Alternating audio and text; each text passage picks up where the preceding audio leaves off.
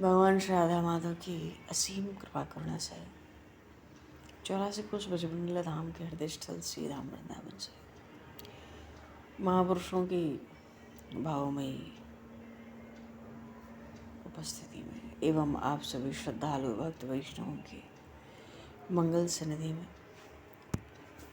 मानव जीवन का सर्वोत्कृष्ट फल भगवत गुणगान भगवत स्मरण का आनंद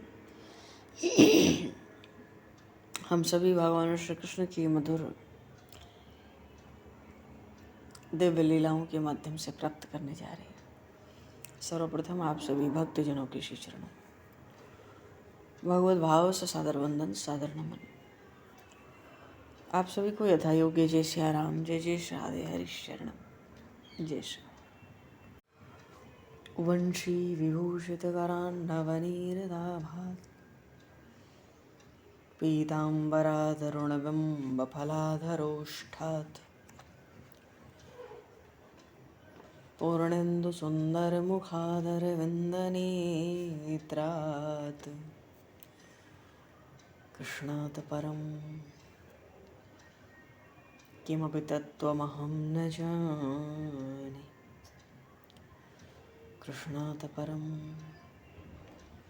किमपि तत्त्वमहं न जाने।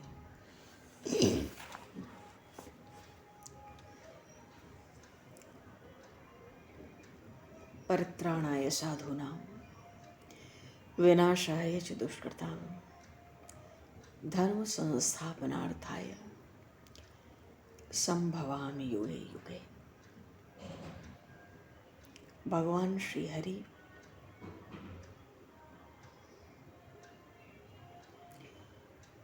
उनके द्वारा जो बार बार लिए जाने वाले अवतार हैं उनका रहस्य बिल्कुल स्पष्ट हो जाता है। साधु सज्जनों को परित्राण हो जाए, दुष्कर्म करने वाले दुष्टों के विनाश उनका विनाश हो जाए, धर्म की फिर से स्थापना हो जाए, पाप का पूर्णतः अंत हो जाए, पुण्य का नया सवेरा हो जाए, धर्म की ध्वजा फहरा जाए, भक्तों के हृदय आनंदित हो जाएं और दुष्टों के कलेजे जो है कांप उठते हैं जब भगवान अवतार लेते हैं। भगवान ने बार बार अवतार लिया इन्हीं उद्देश्यों की पूर्ति के लिए, सृष्टि को बचाने के लिए। विभिन्न रूपों में भगवान अवतार लेते हैं, लेना पड़ता है। और जब भगवान अवतार लेते हैं तो हमारे धर्म के साथ हमारी संस्कृति की भी रक्षा होती है। तो इससे मनुष्य के हृदय में उन परमात्मा के प्रति अगाध श्रद्धा भी आस्था भी बढ़ती है और जो अपनी रक्षा करे आखिरकार उसके प्रति अथाह श्रद्धा तो होनी ही चाहिए।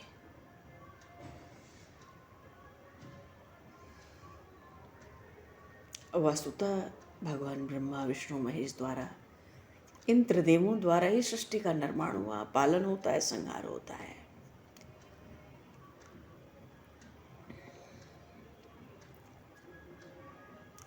भगवान श्री कृष्ण के अवतार में जीवन के सब रस सब रंगों का आनंद है, सब ले सकते हैं। पर रामावतार में सब प्रकार के मानवीय संबंधों को आदर्श मर्यादा के आदर्श के अनुरूप भगवान श्री राम ने परिभाषित किया है।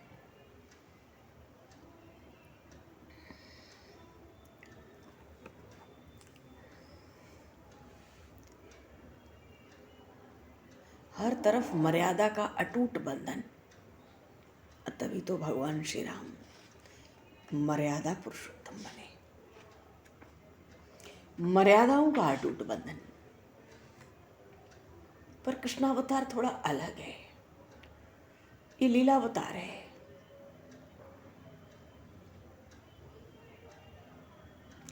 जन्म के साथ ही माता देव की महात्मा वसुदेव की हथकड़ियाँ बेड़ियाँ युग माया की माया से खुल गए। कारागार के रक्षक गहरी निद्रा में चले गए, मानो मर ही गए। द्वार अपने आप खुल गए, सूप में डालकर पटके को बिस्तर में लपेट के बिछाकर श्री कृष्ण को लिटाकर सिर पर रख के वसुदेव जी नंदगांव आए, जमुना पार करके। जमुना जी ने मार दिया, नहीं तो भादों का महीना, थोड़ा अंधेरे में जमुना जी की ओर दृष्टि जाए तो आदमी कांप जाए। ऊपर से शेषनाग आ गए, भारी बरसात और है, फणों से रक्षा करने, छाया करने, उनकी क्या रक्षा करेगा कोई? सबके रक्षक हैं, त्रिभुवन के रक्षक हैं। जब चाहे सृष्टि समाप्त, जब चाहे सृष्टि का सृजन।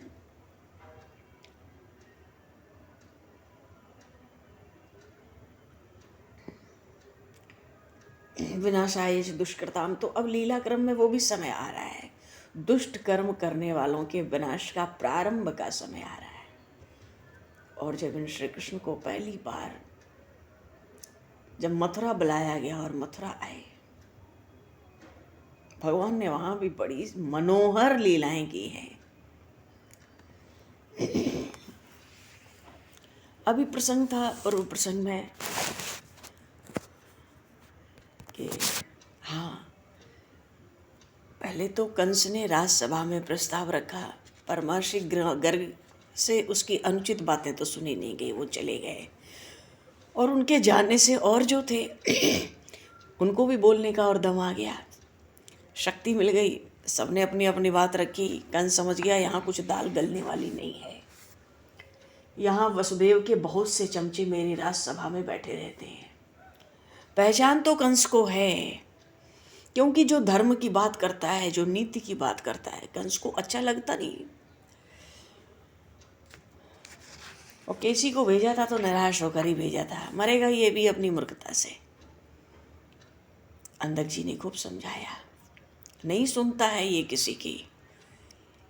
मंत्रणा कक्ष में आया, वहाँ पुरोहित सप्तक जी को बुलाया, अपने खास लोगों को, स्वप्न का हाल सुनाया। पता पड़ गई भाई तुम्हारा समय ठीक तो नहीं है, तो भगवान शिव का पूजन करो। कैसे? धनुष यज्ञ, धनुष यज्ञ करो और उसको उठवाओ, पर सावधान रहना धनुष न टूट जाए, यजमान का नाश निश्चित है।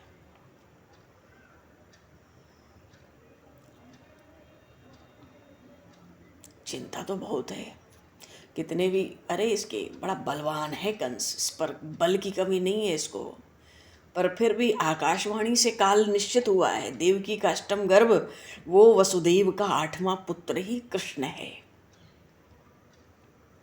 इन राम श्याम को मार डालना चाहता है वो, मारना युद्ध में नहीं, हत्या। क्या नियत में इसके? हत्या कराना,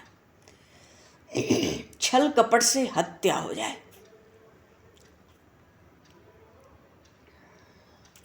वहां अक्रूर जी भी आए,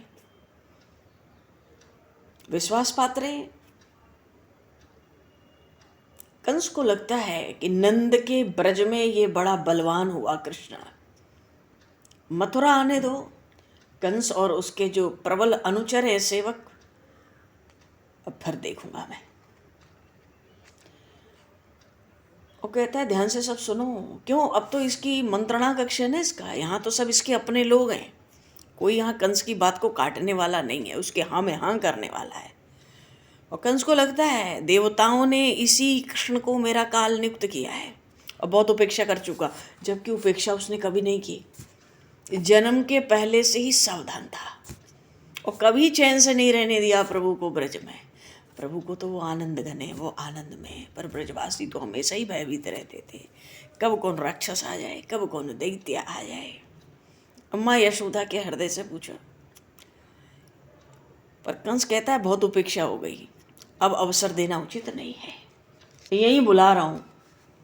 मंत्रणा नहीं लेता है, कहता है बुला रहा हूँ, आ जाए, मल्लयुद्ध में तुम लोग मार देना,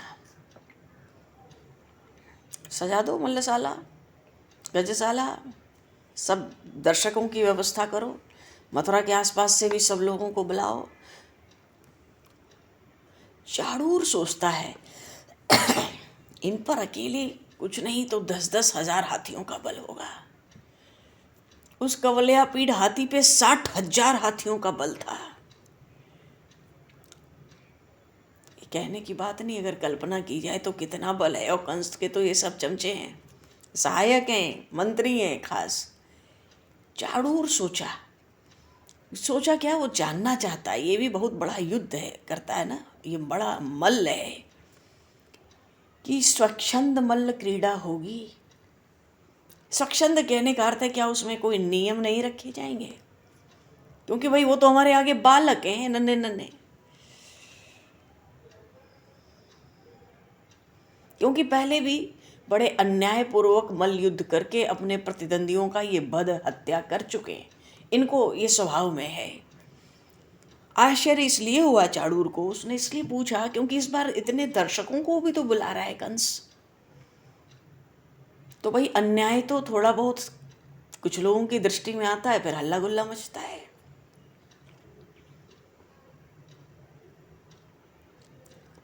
तो स्वच्छंद होगी क्या? कंस को तो प्रोत्साहन देना था, बिल्कुल सर्वथा स्वच्छंद मल्ल क्रीड़ा, कोई नियम का बंधन नहीं रहेगा। घोषणा कर दो, जितने मल्ल युद्ध में उतरेंगे इसके मल्ल शारीरिक रूप से आघात करने में स्वतंत्र हैं, कोई नियम नहीं रहेगा। जब जहाँ जैसे चोट करनी है, मारपीट करनी है, उसी में वो मर भी जाए तो कोई बात नहीं है, जरूरी नहीं है कि उसको मुझे ही मारना है। संकेत में कह दिया कंस ने, क्योंकि अक्रूर जी है ना, तो थोड़ी सी मर्यादित भाषा तो बोल रहा है, पर विश्वास पात्र हैं कंस के। विश्वास में ले रखा है अपनी ओर से कंस ने अक्रूर जी को। तो गज सेना, हाथियों की सेना का जो नायक है, उसको कहते भाई तुम तो विशेष सावधान रहना। ये जो कोल्यापीड़ है ना, इसको भरपूर मदिरा पिलाकर मल्लशाला के द्वार पर ही खड़ा करना। पहले ही निपट जाए तो आगे मल्ल युद्ध क्यों हो गए। और मेरे शत्रु आवे ना, मेरा जब काल आवे तो इसी हाथी के पैर से कुचलवा के मार देना, द्वार पे ही। तो कहाँ खड़ा किया इसको? उस मल्लशाला के द्वार पर। मानो तुम पहले स्वागत करना। और भाई महोत्सव कब होगा? चतुर्दशी की रात्रि। तो चतुर्दशी की रात्रि तो शिवरात्रि भी होती है, उसी दिन महोत्सव होगा कंस का।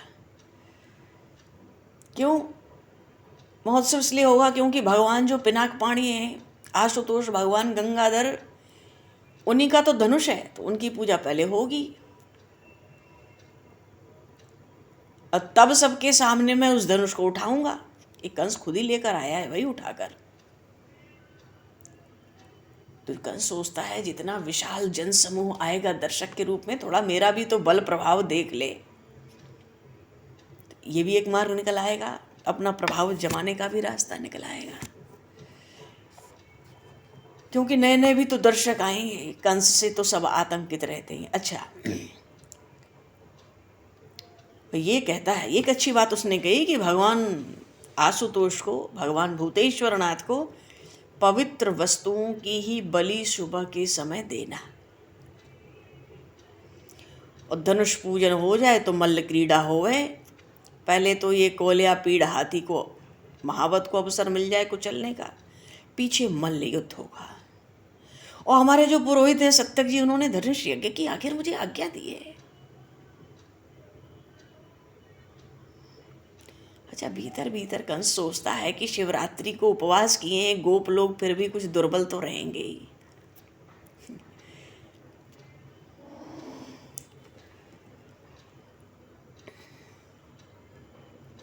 स्वागत की पूरी व्यवस्था इसने कर रखी, मानो अपनी सब जो इसकी गुप्त मंत्रणा है अपने खास लोगों को इसने सुना दिया। और द्वार पे ही मार डालेगा ये महागज कोल्यापीड़, किस आक्रमण करेगा, किसी का ध्यान भी नहीं जाएगा, मर जाएंगे वो सब ऐसे ही। और कहीं बच भी गए, भीतर रंगशाला में आ भी गए, तो अपने मल्ल हैं ही। और अगर कहीं वो द्वार पे ही समाप्त हो गए तो रंगशाला में तो भाई सब यादव आएंगे। यदुवंशी, यादव कहने का अर्थ है ये किसी जाति का नाम नहीं है, ये वंश का नाम है, महाराज यदु के नाम पर। यदुवंश, जैसे भगवान श्री राम का रघुवंश, भगवान श्री कृष्ण चंद्रवंशी हैं, यदुवंश में हैं। कहते जितने यदुवंशी हैं और जितने नंद आदि सब आएंगे, इनको अंदर ही मरवा देंगे ब्रजवासियों को, यहाँ से निकलने का अवसर नहीं मिलेगा। भाई इतनी जब बात हो गई तो अब अक्रूर जी पधारे हैं उस मंत्रणा कक्ष में। अक्रूर जी को देखा ना कंस, तो सिंहासन से अपने उठ गया, उठकर अक्रूर जी का हाथ पकड़ा, पास बिठाया। अक्रूर जी चौंक गए। क्यों? मारीच कहता था ना रावण के साथ, जब कहा कि चलो वो जो राजकुमार घूम रहा है उसकी स्त्री का हरण करना है, बहुत समझाया मारीच ने, रावण ने नहीं सुना। मारीच को लगा मार डालेगा, ये पापी है, इस पापी के हाथ से मरने से अच्छा है तब देखसी रघुनायक शरणा। वहाँ पे मारीच ने कहा था, रावण के लिए मन में सोचा, नवनि नीच के अति दुखदाई। गोस्वामी जी कह रहे हैं रामचरितमानस में, नवनि नीच के अति दुखदाई। कोई नीच बड़ा प्रेम से बोले, आदर सत्कार करे, और भीतर तो कुटिल है, पापी है, उसकी जितनी चेष्टा है वो सब कुचेष्टा ही होती है।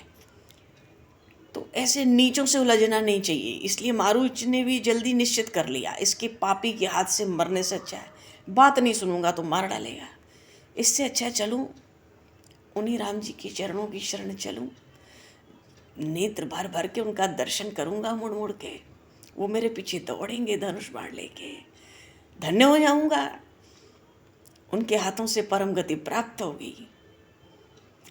ऐसे ही हुआ। आज अक्रूर जी से इतना लाड़ लड़ा रहा है कंस, हाथ उठ गया, हाथ पकड़ के ले आया, स्वागत किया और अपने पास सिंहासन पर बिठा लिया। अक्रूर जी तो चौंक गए।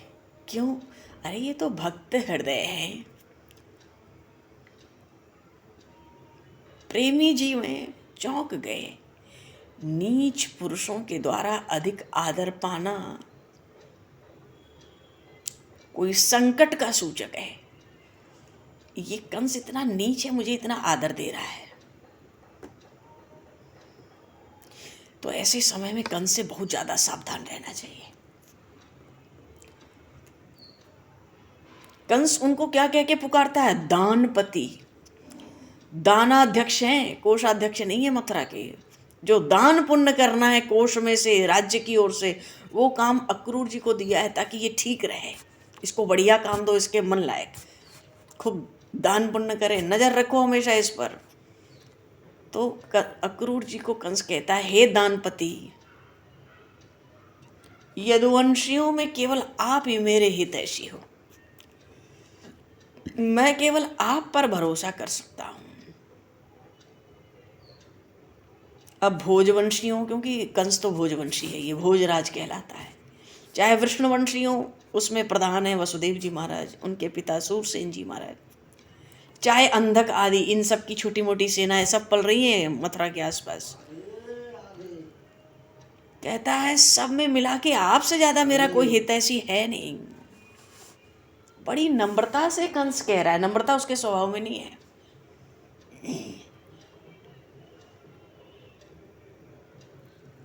कहता है देवराज इंद्र जैसे वामन का, उनके जो छोटे भाई वामन हुए, उनका आश्रय लेकर अपने मतलब के कार्य बना लेते हैं, वैसे ही मैंने अत्यंत महत्व के कार्य के लिए आज आपका आश्रय लिया है। अब बताओ, अपनी तुलना नारायण से कर रहा है कि जैसे नारायण को अपना काम बनाना था तो इंद्र के ही छोटे भाई बन गए, नहीं तो नारायण के आगे इंद्र तो एक तुच्छ सेवक भी नहीं हो सकता उनका। तो सृष्टि संचालन के लिए सबको कार्य मिले, पर अपना काम बनाना था ना, तो इंद्र के छोटे भाई के रूप में प्रकट हो गए। मानो हे इंद्र, मैं जानता हूं इंद्र की माता अदिति सब देवताओं की माता है, और उस अदिति के सबसे छोटे पुत्र कश्यप जी के यहाँ प्रकट हुए वामन काम बनाने के लिए। तो देवताओं में भी सबसे छोटे कहलाए। तो आज मेरा कुछ खास काम है। तो नारायण ने वामन बनकर इंद्र का आश्रय लिया। आज मैं अक्रूर जी आपका आश्रय लेता हूं। मैंने ले लिया और मेरी आपकी तो मित्रता है। मैं पूरा भरोसा रखता हूँ आप मेरी मित्रता का, हमारे आपस के प्रेम का निर्वाह करेंगे। मुझे विश्वास है आप पर, और मेरे कार्य की जो सिद्धि है ना, हर तरह से आप पर ही निर्भर है। अक्रूर जी बोले नहीं, कंस की ओर देखे, बस ऐसे देखे मानो उसके कार्य को वो पहले से ही जानते हों, जानना चाहते हों। बता भाई कार्य क्या है? अब बिना बताए तो होगा नहीं, बताना तो पड़ेगा। कंस कहता है, नंद के ब्रज में वसुदेव के पुत्र राम और कृष्ण। दाऊ जी को, बलराम जी को लोग राम ही कहते हैं, तो राम और कृष्ण हैं। आपको पता है वो वसुदेव के ही पुत्र हैं। मानो कह दिया मेरा काल वही दोनों है। तो कल आप सुबह ही मेरे ही रथ से चले जाओ ब्रज वृंदावन, और वहां उन दोनों को बिना देर किए यहां ले आओ। ऐसा उपाय करो कि परसों सुबह सुबह वो यहां आ जाएं। फिर कंस की ओर अक्रूर जी ने देखा। वैसे अक्रूर जी को तो इस दिन की प्रतीक्षा थी कि कंस के माध्यम से कभी मुझे परमात्मा का दर्शन होगा, उनको लेने जाना होगा। गर्गाचार्य जी ने पहले बता रखा है, त्रिकालज्ञ महात्मा है वो। पर हृदय तो कांप रहा था, क्यों? कंस की नीयत अच्छी नहीं है। नन्हे नन्हे बालकों को, एक चित्त तो कहता है नन्हे नन्हे बालक हैं, उनका हृदय वात्सल्य से भरा रहता है। एक मन कहता है साक्षात परमात्मा है। कंस की ओर देखते हैं, मानो देखकर ये कहते हैं क्या कहकर ले आऊंगा। वो ब्रजवासी इतना उनसे प्रेम करते हैं, वो तो आपको पता ही है। उनको एक दिन के लिए भी मथुरा लाना, मैं क्या कहूँगा। पर अक्रूर जी ने संकेत से पूछा, कुछ बोला नहीं। कंस कहता है, देखो अक्रूर जी आपको तो पता है, वो जो विष्णु है ना, उसके आश्रित रहने वाले जितने देवता हैं, देवताओं ने उन दोनों के द्वारा मेरी मृत्यु निश्चित की है। पूरा विश्वास दिखला रहा है अभी अक्रूर जी को, और उन्हें अपनी पूरी योजना सुना देता है। वे दोनों यहाँ आएंगे तो मेरा महागज है ना, कोल्या पीड़ काल के ही समान है, मरवा दूंगा दोनों को। और कहीं बच निकले, सुनते हैं बड़ा चतुर भी है, बड़ा चंचल भी है, पर वो बड़ा खतरनाक भी है। अगर कहीं बच निकला तो फिर चाड़ूर, मुष्टिक, शल, तोशल, ये सब है ना, मार डालेंगे दोनों को, सबके सामने मार डालेंगे। कोई ये भी नहीं कहेगा कंस ने अन्याय किया, मल्ल युद्ध में वो मारे जाएंगे। अब पर देखो, आप तो मेरे मित्र हैं, आप समझ सकते हो, केवल उस नंद पुत्र कहे जाने वाले कृष्ण से ही मुझे भय है। मैंने इंद्र को पराजित किया, उसने भी इंद्र को पराजित किया है। पूरा गिरिराज ही उठा लिया, मैंने सुना, इंद्र का मान मर्दन कर दिया। और इंद्र आदि यमराज हो चाहे इंद्र हो, इनको तो मैं फिर से पराजित कर दूंगा। ब्रह्मा और शिव की ओर नहीं देखता, क्योंकि वो तपस्वी हैं, और वो विष्णु क्षीर सिंधु में डूबा रहता है, उसको लेटने से फुर्सत कहाँ। तो मेरा और किसी से प्रयोजन नहीं है, किसी देवता से, किसी तपस्वी से। वो पड़ा रहे वो विष्णु भी क्षीर सागर में, मुझे क्या। मुझे तो नंद का पुत्र कहे जाने वाले कृष्ण से थोड़ा भय है, पर है वो वसुदेव का पुत्र, और आप तो मेरे मित्र हो। इतना कह के कंधे पर हाथ रखता है अक्रूर जी के। देखो, इन सबको मार डालूं तो पृथ्वी का राज्य मेरे लिए निष्कंटक हो जाएगा, और जो मगधराज जरासंध है वो तो मेरे ससुर ही हैं, और बानरों में श्रेष्ठ जो द्विविद हैं मेरे प्यारे सखा हैं। शंबर, नरकासुर, बाणासुर, सबसे मेरी मित्रता है। इनको साथ लेके जो कुछ बाहर भी पड़े हैं किसी कोने में, सबको हम संहार कर देंगे। सारी पृथ्वी पर स्थायी रूप से आधिपत्य भोगेंगे। पृथ्वी क्यों, त्रिलोकी का राज्य हमारा होगा।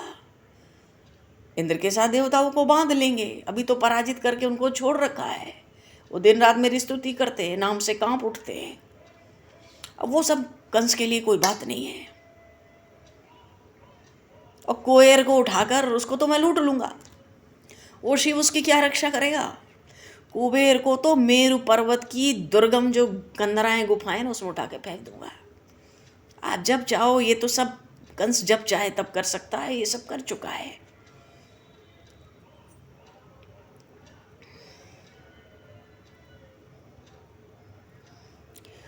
अक्रूर जी ने कहा, महाराज अपना अमंगल, अपना अहित मिटा देने का आपका निर्णय तो समझदारी का है।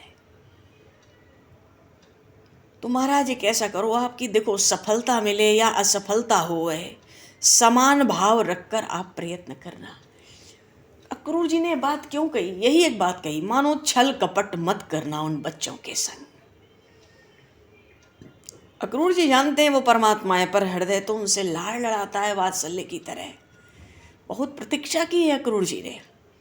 कंस को कहते हैं ठीक है, अपना अमंगल तो सब दूर करना चाहते हैं, अपना हित तो सब चाहते हैं, पर सफल हो चाहे असफल हो, मानो जो परिणाम आवे, फिर कहीं ये छल कपट कूटनीति और हत्याओं पर न उतर आवे, न जाने क्या करेगा। यही सब करता है ये मौके पर। एक ही बात कही। अक्रूर जी भी कहते देखो महाराज, सफलता तो सदा ही देवता पर निर्भर करती है। शांत स्वर है अक्रूर जी का। कहते हैं मनुष्य तो बड़ी बड़ी इच्छाएं करता है, अभिलाषाएं रखता है, पर भूल जाता है वो भाग्य के हाथ का कठपुतली होता है। तो अब इच्छाएं करता है तो कभी उसको सुख कभी दुख भोगना पड़ता है। कंस हंसा, आप इसकी चिंता मत करो। जानता है अक्रूर शांत स्वभाव का, यही सब बातें करता है धर्म की। वो तो अक्रूर जी को भाग्यवादी मानता था, निराशावादी मानता था, पर इस समय उसका काम अटका है ना। कोई ऐसा चाहिए ना जिसपे नंद और नंद ब्रज के जितने बड़े बड़े गोप हैं विश्वास कर ले। कंस पे तो सबको शंका है, वहीं से दैत्यासुर आते हैं रोज। कोई उनका जाए उनके बीच में, जिस पर वो आंख बंद करके ब्रजवासी विश्वास करें। और अक्रूर जी तो वसुदेव जी के कुल के बंधु हैं, बड़े धार्मिक हैं, बड़े प्रख्यात हैं अपने धर्म के लिए। दानाध्यक्ष तो हैं ही, दान देने के अध्यक्ष कंस के राज्य में, पर जितने पीड़ित दुखी हैं, असहाय हैं, राजकोष से सबको सहायता दिलवाने का भी इनका काम है। कोई क्रूरता या कंस की किसी क्रूरता का समर्थन कभी अक्रूर जी ने नहीं किया। तो कंस इन पर अविश्वास नहीं कर सकता। ये सब सोच के ही कंस ने इनको चुना होगा। बोला आप तो नंद ब्रज में जाओ और दोनों बालकों को शीघ्र यहां लाओ।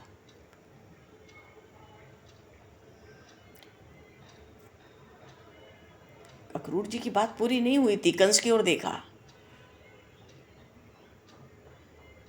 देखते इसलिए, अरे बता तो सही, वहां जाकर कहूंगा क्या? वो बालक कभी निकले क्या गोकुल वृंदावन बरसान आनंद गांव से? और मथुरा में कंस रहता है, सारे दैत्य राक्षस कंस भेजता है, सबको पता, क्या कहूँगा? पर ये बात कही नहीं। संकेत से पूछते बार बार अक्रूर जी कंस की ओर देख के। और कंस जानता है अक्रूर अपनी ओर से झूठ नहीं बोलेंगे, न बहाना बनाएंगे।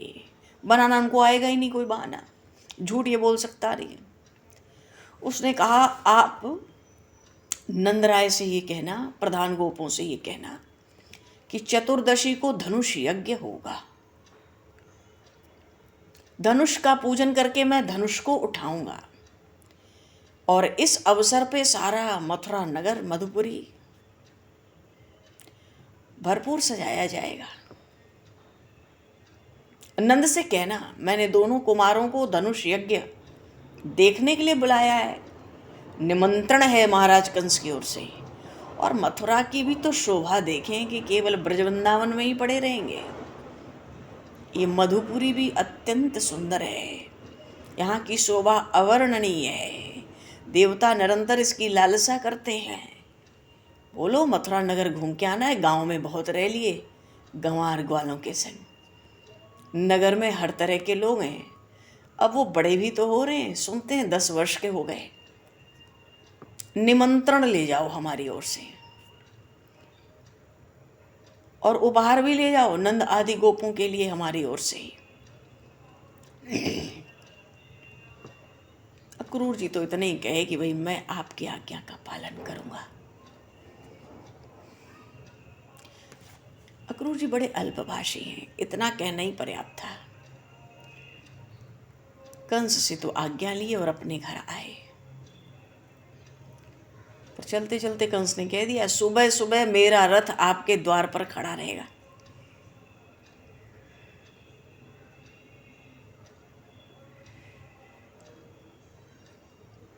अच्छा, नंदगांव में, व्रज वृंदावन में कंस ने तो बहुतों को भेजा आज तक, बहुतों को। पर एक अक्रूर जी ऐसा जाएंगे जो लौट कर आएंगे। नहीं तो कंस ने जिसको भेजा कोई जीवित नहीं लौटा वहां से। ये भी तो यश मिलने वाला है अक्रूर जी को।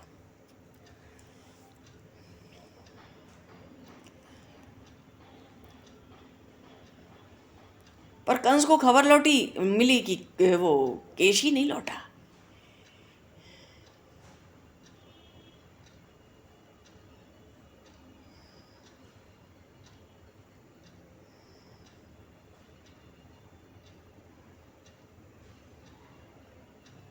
कंस को वैसे उसके अनुचरों ने समाचार दे दिया कि भैया सूर्योदय के समय केसी पहुंचा था, पर उसकी भी वही गति हुई जो ब्रज जाने वाले हर दैत्य असुर की हुई है आज तक। उस कृष्ण ने उसको भी सहज ही मार डाला। और उसका जो शव था ना तुम्हारे प्यारे मित्र केशी का, उसका शव तो यहीं मथुरा से दूर घसीट कर गोपों ने गड्ढे में डाल दिया, सूखी लकड़ियां भर दी और फूंक दिया। और वैसे भी कंस को ये पहले से अनुमान था यही होगा उसके संग।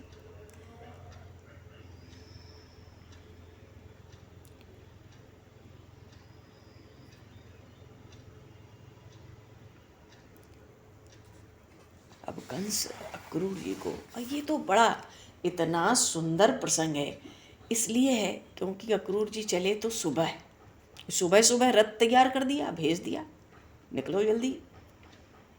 अक्रूर जी जैसे महात्माओं को सुबह जल्दी उठने में क्या है, उठते ही हैं और सुबह ही सुबह लगवा दिया, अपना रथ भिजवाता है सजाकर उपहारों के साथ, सबको उपहार देना वहाँ और बढ़िया सुंदर निमंत्रण देना।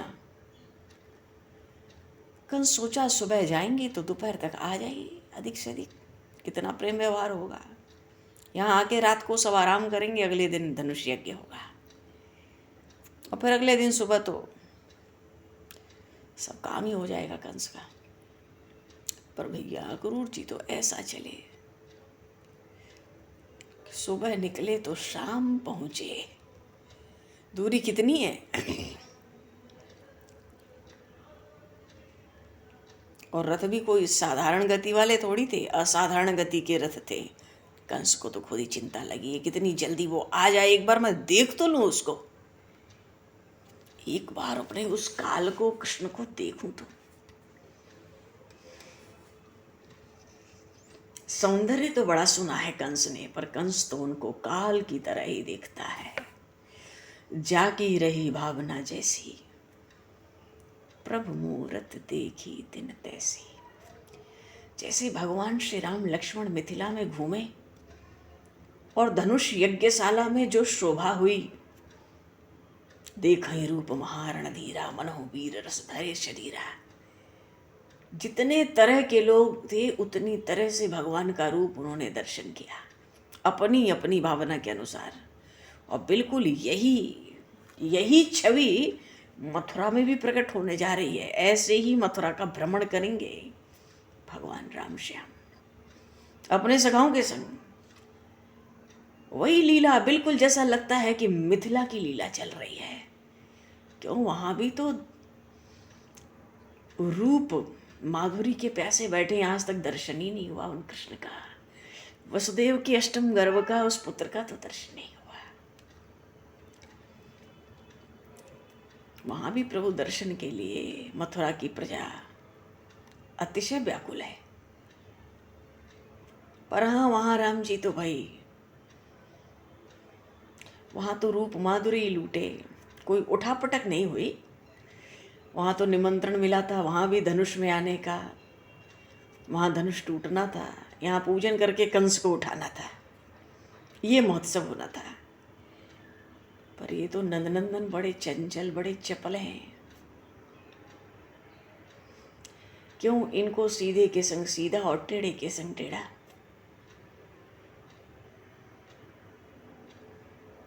जिसके साथ शील चाहिए उन्हीं के साथ शील। प्रभु श्री राम तो रावण के साथ भी शील रखते हैं। एक दिन युद्ध के अंत पे कहा, महाराज रावण, आप आज बहुत परिश्रम हो गया, आप थक गए, अब आज आप जल्दी जाओ, विश्राम करो, कल युद्ध करेंगे आगे। ऐसे राम जी। पर ये ठाकुर जी ऐसे नहीं है। जो सीधा है, जो प्रेमी है, उसके संग तो वैसा व्यवहार, और जो टेढ़ा करेगा तो भांप लिया, और भांप लिया बस शुरू टेढ़ापन, उठापटक, तोड़ फोड़, मारपीट, घूसा थप्पड़ लात सब शुरू। तभी तो कहते हैं कि भगवान श्री कृष्ण का ये जो पूर्ण अवतार है जी, ये लीला अवतार है। और कितना मैया समझाएगी इनको, देखो मथुरा जाके ऐसे रहना, वैसे रहना, ऐसे चलना, वैसे चलना। बाबा को कितनी चिंता है, नंद बाबा तो खुद आएंगे। और भाई इनका तो अपना ही एक अंदाज है। मामा से मिलने आ रहे, मामा कंस से। बोलिए श्री भक्त वत्सल भगवान की जय, श्री नंदनंदन श्याम सुंदर भगवान की जय, श्यावर रामचंद्र भगवान की, श्री गौरी शंकर भगवान की जय। देखो भगवान की ये लीलाएं हम लोग भी जन्म से ही मानो सुनते चले आ रहे हैं, कहते सुनते चले आ रहे हैं, और सब जानते हैं कि लीला का क्या परिणाम है, किस लीला में क्या होना है। पर भगवान की लीलाएं सच में इतनी सरस होती हैं कि 1000 बार भी एक ही लीला सुनी जाए तो भी रस आता है। प्रभु कृपा करे तो आनंद आता है, भले सब कुछ पता हो उस लीला के बारे में। भगवान की छटाई ऐसी है, छवि ही ऐसी है, उनकी चपलता ही ऐसी दुर्लभ है, और नेत्र बड़े चंचले हैं। और इनकी तो अभी लीलाएं ही चल रही हैं, माधुर्य की मधुर लीलाएं, सखाओं के संग लीलाएं। उधर नंद भवन में वृषभानु द्वार पे वात्सल्य लूट रहे हैं, और इधर अक्रूर जी चल रहे हैं। अब तो चलेंगे तो यही लालसा है कि इनके अंदर तो एक ही बात है, मैं तो परमात्मा के दर्शन के लिए जा रहा हूँ। किसी को कंस ने नहीं भेजा, इन्हीं को रथ को हाँकना पड़ा। अब चल पाए रथ, इतना भाव में डूब जाते हैं कि चला ही नहीं पाते रथ, शिथिल शरीर। सब संतन की जय, सब भक्तन की जय, सतगुरुदेव भगवान की जय। भगवान समय को दृष्टिगत करते हुए अब यहीं पर वाणी को विराम। आज वाक्य पुष्पांजलि प्रभु के श्री चरणों में सादर समर्पित, और आप सभी को भी यथायोग्य जय श्री राम, जय जय श्री राधे, हरि श्री राम, जय श्री